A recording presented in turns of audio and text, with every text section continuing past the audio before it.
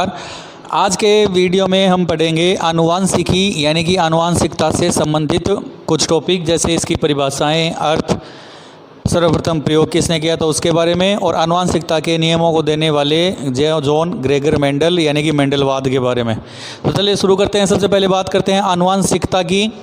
आनुवांशिकता किसे कहते हैं उसके लिए जब कोई लक्षण एक पीढ़ी से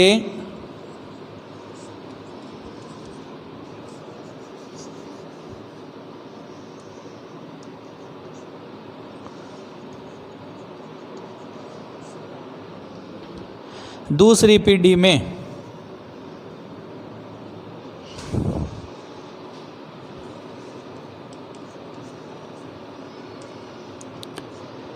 स्थानांतरित होते हैं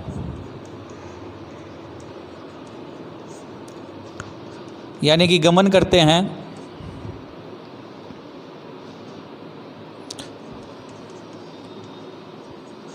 तो उन्हें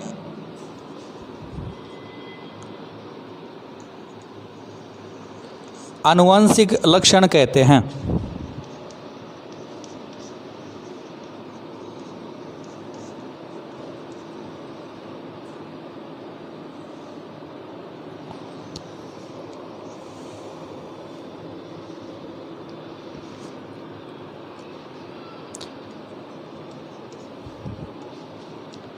और इस क्रिया को आनुवांशिकता कहते हैं।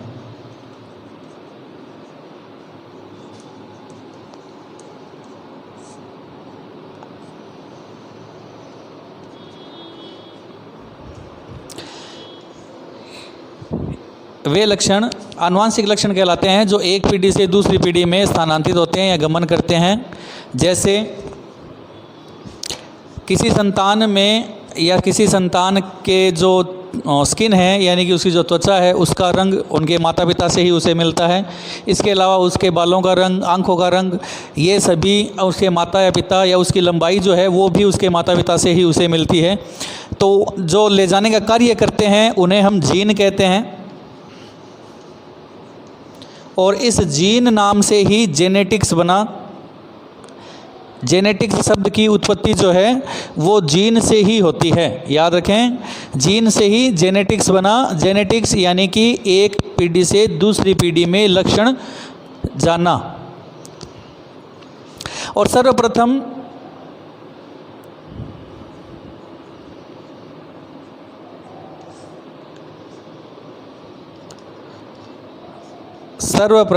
जेनेटिक्स शब्द का उपयोग या प्रयोग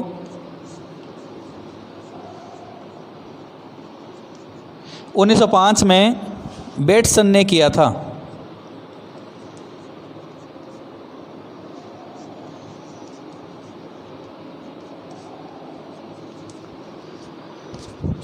तो देखें, जेनेटिक्स जीन शब्द से बना है जो ग्रीक भाषा का है, और जेनेटिक्स शब्द का उपयोग जो था या प्रयोग जो था वो सबसे पहले 1905 ईस्वी में बेटसन ने किया। और जेनेटिक्स से संबंधित आनुवांशिकता किसे कहते हैं कि कुछ लक्षण जो हमें हमारे माता पिता से मिलते हैं, यानी कि वे लक्षण जो एक पीढ़ी से दूसरी पीढ़ी में जाते हैं, उन्हें हम आनुवांशिक लक्षण कहते हैं, और इस क्रिया को आनुवांशिकता कहते हैं। चलिए बात करते हैं आनुवांशिकी की परिभाषा की। आनुवांशिकी विज्ञान की वह शाखा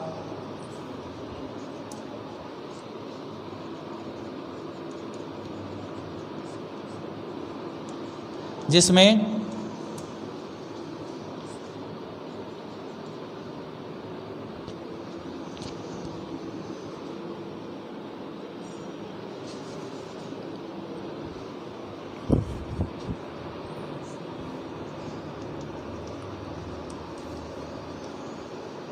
आनुवांशिक लक्षणों यानी कि जो वंशागत लक्षण हैं उनका अध्ययन किया जाता है।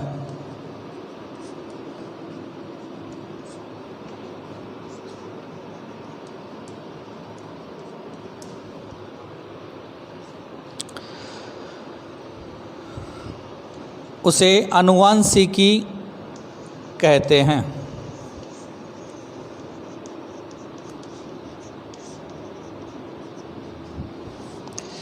तो विज्ञान की या जीव विज्ञान की वह शाखा जिसमें जीवों में जो आनुवंशिक लक्षण हैं जो पीढ़ी से उसे मिले हैं उन लक्षणों का अध्ययन किया जाता है, उस विज्ञान की शाखा को आनुवंशिकी कहते हैं। जिस तरह से एक ही परिवार में जन्मे हुए दो बच्चों में कुछ असमानताएं या कुछ समानताएं होती है, जैसे कि मान लीजिए उनमें बालों का रंग एक जैसा हो तो कुछ विभिन्नताएं भी होती है, कुछ अंतर भी होता है, चाहे वो मानसिक हो चाहे शारीरिक हो, शारीरिक अंतर भी दिखाई देने को मिलता है। उदाहरण करते हैं, जैसे कि एक ही माता पिता की संतान होने वाले दो बच्चे जिनमें से एक की हाइट थोड़ी कम है और एक की हाइट थोड़ी अधिक है, एक का शरीर थोड़ा पतला है और एक का शरीर थोड़ा मोटा है, हालांकि दोनों के माता पिता एक ही हैं, संतान जो उत्पत्ति करने वाले हैं जनक जो हैं वो दोनों एक ही हैं, परंतु उनमें थोड़ी सी विभिन्नता यानी कि अंतर पाया जाता है। इसी विभिन्नता को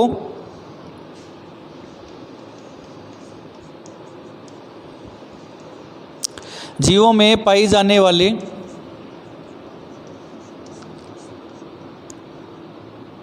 भिन्नता या अंतर को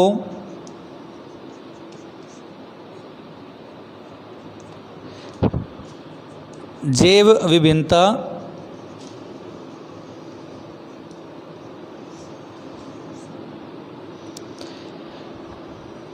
या व्यक्तिगत विभिन्नता कहते हैं।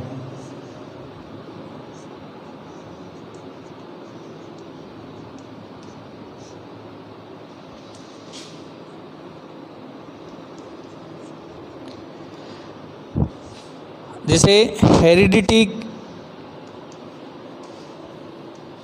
कहते हैं अंग्रेजी में, और इस हेरिडिटी शब्द का प्रतिपादन किया था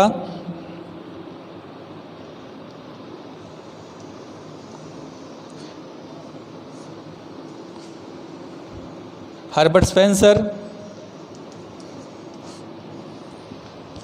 तो आनुवंशिकी विज्ञान की वह शाखा जिसमें आनुवंशिक लक्षणों का अध्ययन किया जाता हो आनुवंशिकी कहलाती है, और हेरिडिटी जीवों में समानता के साथ साथ थोड़ी सी असमानता या विभिन्नता भी पाई जाती है, उस विभिन्नता को जैव विभिन्नता व्यक्तिगत विभिन्नता कहते हैं, और इसी हेरिडिटी शब्द का प्रतिपादन किया था स्पेंसर ने।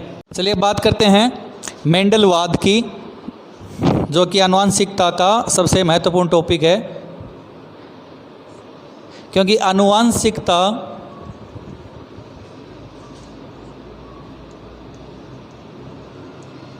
यानी कि जेनेटिक्स के जनक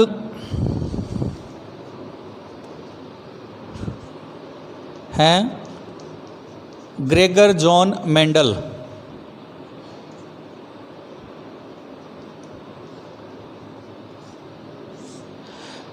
ग्रेगर जॉन मेंडल आनुवंशिकता के जनक होते हैं या जनक कहलाते हैं। 1822 से यानी कि 1822 में जन्मे और 1884 में इनका जीवन खत्म हुआ था। तो 1822 से 1884 जीवन काल था ग्रेगर जॉन मेंडल का, जिसे हम आनुवंशिकता के जनक कहते हैं। इनका जन्म ऑस्ट्रिया में हुआ था और इनको आनुवंशिकता का जनक क्यों कहा जाता है उसके लिए चलिए शुरू करते हैं ग्रेगर जॉन मेंडल के बारे में। ग्रेगर जॉन मेंडल ने जो मुख्य बातें हैं उनको हमें नोट करना है, वो याद करनी है। सबसे पहले बात करते हैं आनुवंशिकता यानी कि आनुवंशिकी लक्षण एक स्थान से या दूसरे स्थान, जिसे हम पीढ़ी कहते हैं, एक पीढ़ी से दूसरी पीढ़ी, एक वंश से दूसरे वंश में, यानी कि वंशानुक्रम चलने वाले लक्षणों का अध्ययन किया था। वंशानुक्रम यानी कि एक वंश से दूसरे क्रम में या दूसरे वंश में जाने वाले लक्षण, उन लक्षणों को गुणसूत्र नाम देते हैं।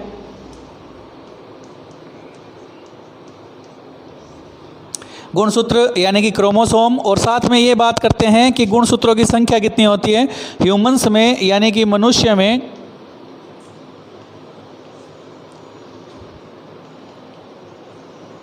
23 जोड़े यानी कि 46 गुणसूत्र होते हैं।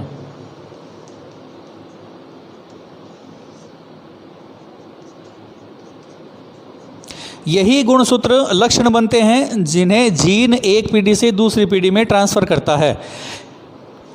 इन 46 गुणसूत्रों में से 22 जोड़े गुणसूत्र तो लड़के और लड़कियों में दोनों में समान होते हैं, यानी कि नर और मादा दोनों में 22 जोड़े गुणसूत्र यानी कि 44 गुणसूत्र समान होते हैं, जिन्हें हम क्रोमोसोम कहते हैं। जबकि एक एक जोड़ा जो अंतर होता है, जो इन दोनों में डिफरेंस यानी कि अंतर उत्पन्न करता है, वो एक जोड़ा गुणसूत्र पाया जाता है, जिसे लिंग निर्धारण गुणसूत्र कहते हैं।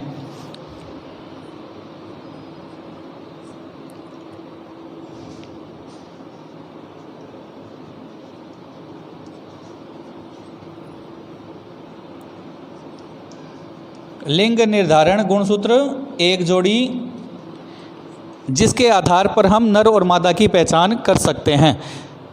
तो 23 जोड़े गुणसूत्र हमारे शरीर में पाए जाते हैं, जिनमें से 22 जोड़े तो कॉमन होते हैं और एक जोड़ी जो होता है वो लिंग निर्धारण होता है, जिसे हम कहते हैं ऑटोसोम। तो गुणसूत्र दो प्रकार के, एक तो क्रोमोसोम और एक ऑटोसोम। क्रोमोसोम 22 समान और एक ऑटोसोम जो लिंग निर्धारण का सूत्र करता है, लिंग निर्धारण बताता है। चलिए बात करते हैं गुणसूत्रों की। तो गुणसूत्र जो हैं वो एक प्रकार के धागे जैसी संरचना वाले होते हैं, और जीन जो होते हैं इन गुणसूत्रों के सेट को एक पीढ़ी से दूसरी पीढ़ी में यानी कि एक वंश से दूसरे वंश में ले जाने का कार्य करते हैं, जिसके आधार पर पीढ़ियों में लक्षण जो हैं वो प्रकट होते हैं। और उन्हीं लक्षणों का अध्ययन करने वाले थे ग्रेगर जॉन मेंडल, जिन्हें आनुवंशिकता का जनक कहा जाता है। तो इन्होंने उद्यान मटर,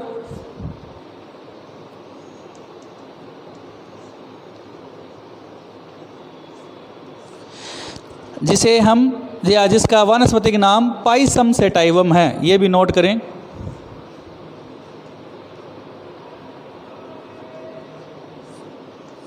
उद्यान मटर पाइसम सेटाइवम उस पर प्रयोग किया था। और पाइसम सेटाइवम यानी कि उद्यान मटर में 7 जोड़ी यानी कि 14 गुणसूत्र होते हैं, ये भी नोट करें। और इन्हीं 7 जोड़ी विपर्यासी लक्षणों का उन्होंने अध्ययन किया था। विपर्यासी लक्षणों का मतलब होता है कि एक समानता दर्शाने वाले में कुछ विभिन्नता, जैसे कि मटर के फूलों का रंग, ये 2 प्रकार के हो सकते हैं। तो ये विपर्यासी यानी कि एक दूसरे से विपरीत वाले लक्षण होते हैं। तो मेंडल ने यानी कि ग्रेगर जॉन मेंडल ने सबसे पहला काम किया था उद्यान मटर पर 7 जोड़ी गुणसूत्रों का या 7 जोड़ी जो गुणसूत्र हैं उनके लक्षणों का अध्ययन किया था। 7 वर्ष तक अध्ययन किया था और उसके लिए उन्होंने उद्यान मटर के पौधे को ही चुना। उसके भी विशेष कारण हैं जिनके कारण उन्हें सफलता मिली, और उसके बाद ही उन्हें ग्रेगर जॉन मेंडल को आनुवंशिकता का जनक कहा जाता है।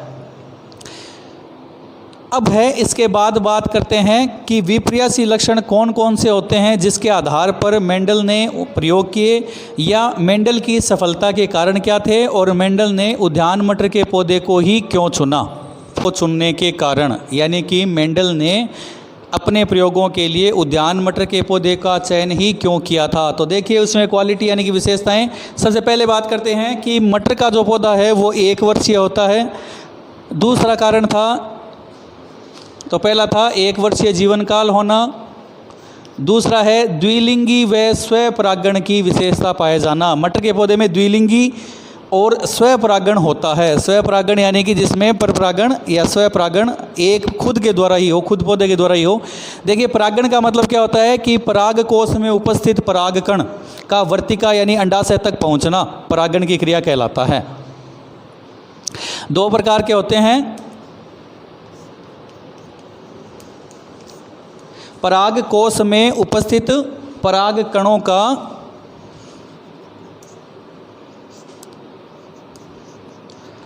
वर्तिका से होते हुए अंडाशय तक पहुंचना।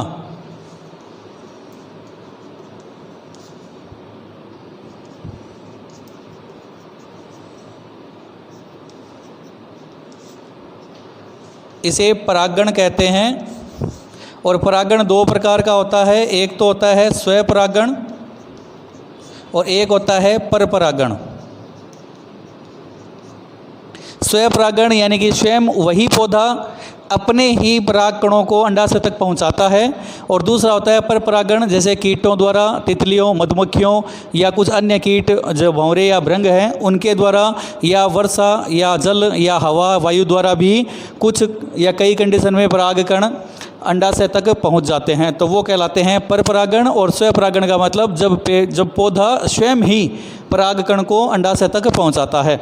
तो यह मटर के पौधे जो था, उस मटर के पौधे में स्वपरागण पाया जाता है, अर्थात मटर का पौधा स्वयं ही परागकण को अंडाशय तक पहुंचाता है। इसके अलावा यदि कृत्रिम परपरागण कराना पड़ा, यानी कि कृत्रिम परागण कराना पड़ा, तो वो विंपूषण विधि द्वारा आसानी से कराया जा सकता है। कृत्रिम विंपूषण विधि द्वारा कृत्रिम परागण यानी कि परपरागण आसानी से मटर के पौधे में करवाया जा सकता है, इसलिए भी मेंडल ने मटर के पौधे को चुना। चौथा और अंतिम कारण है जो कि महत्वपूर्ण है कि मटर के पौधे में ही 7 जोड़ी, सर्वाधिक 7 जोड़ी विपर्यासी लक्षण पाए जाते हैं, अर्थात 7 जो विपर्यासी लक्षणों का जो समूह है उनका अध्ययन इसी एक मटर के पौधे में संभव था। इन्हीं 4 कारणों के कारण मेंडल ने उद्यान मटर को चुना। दोबारा रिपीट करें, देखें, 1 वर्षीय जीवन काल होता है, जगह भी कम लेता है, स्थान कम लेता है, आसानी से उगने वाला पौधा होता है। दूसरा है द्विलिंगी और स्वपरागण होना, और तीसरा परपरागण के लिए या कृत्रिम परागण के लिए विंपूषण विधि काम में ली जा सकती है। और चौथा, मटर के पौधे में या उद्यान मटर के पौधे में 7 जोड़ी विपर्यासी लक्षण जो सर्वाधिक होते हैं वो पाए जाते हैं। तो इन 4 कारणों को ध्यान में रखते हुए मेंडल ने उद्यान मटर को चुना।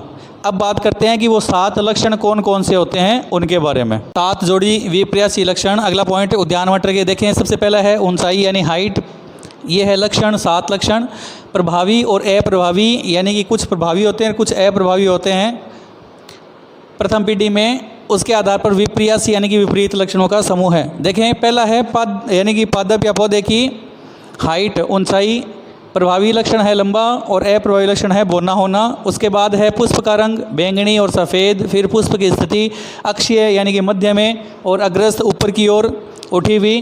बीज का रंग पीला और हरा, बीज की आकृति गोलाकार और झुर्रीदार। गोलाकार और झुर्रीदार का मतलब देखें, कुछ बीज जो हैं वो इस तरह झुर्री आकार के होते हैं। उदाहरण है जैसे कि तरबूज के बीज। परिपक्व फली, मटर की पकने के बाद में जो फली है वो फूली हुई होती है प्रभावी लक्षण में, और संकीर्णित यानी कि सिकुड़ी हुई होती है वो अप्रभावी में। अपरिपक्व फली की स्थिति कैसी होती है या उसका रंग कैसा होता है उसके बारे में, तो प्रभावी में हरा रंग की और उसके बाद में है पीले रंग की हो जाती है अप्रभावी लक्षण में। तो ये थे उद्यान मटर के 7 जोड़ी विपर्यासी लक्षणों के समूह है, नोट करें। इसके बाद में बात करते हैं कि मेंडल इन नियमों को, यानी कि जो मेंडल द्वारा दिए गए 3 नियम थे जिन्हें हम मेंडलवाद कहते हैं, वो सफल क्यों हुए, सफलता के कारण क्या थे उनके बारे में।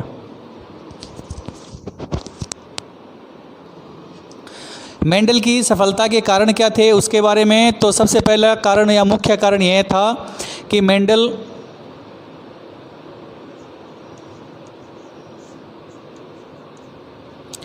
ने एक बार में केवल एक विपर्यासी लक्षण का अध्ययन किया था, यानी कि केवल एक बार में केवल एक जोड़ी लक्षण का ही अध्ययन किया। दूसरा, अध्ययन जो किया था उनके, यानी कि अध्ययन से प्राप्त जो निष्कर्ष था, उसका जो रिजल्ट थे का सांख्यिकी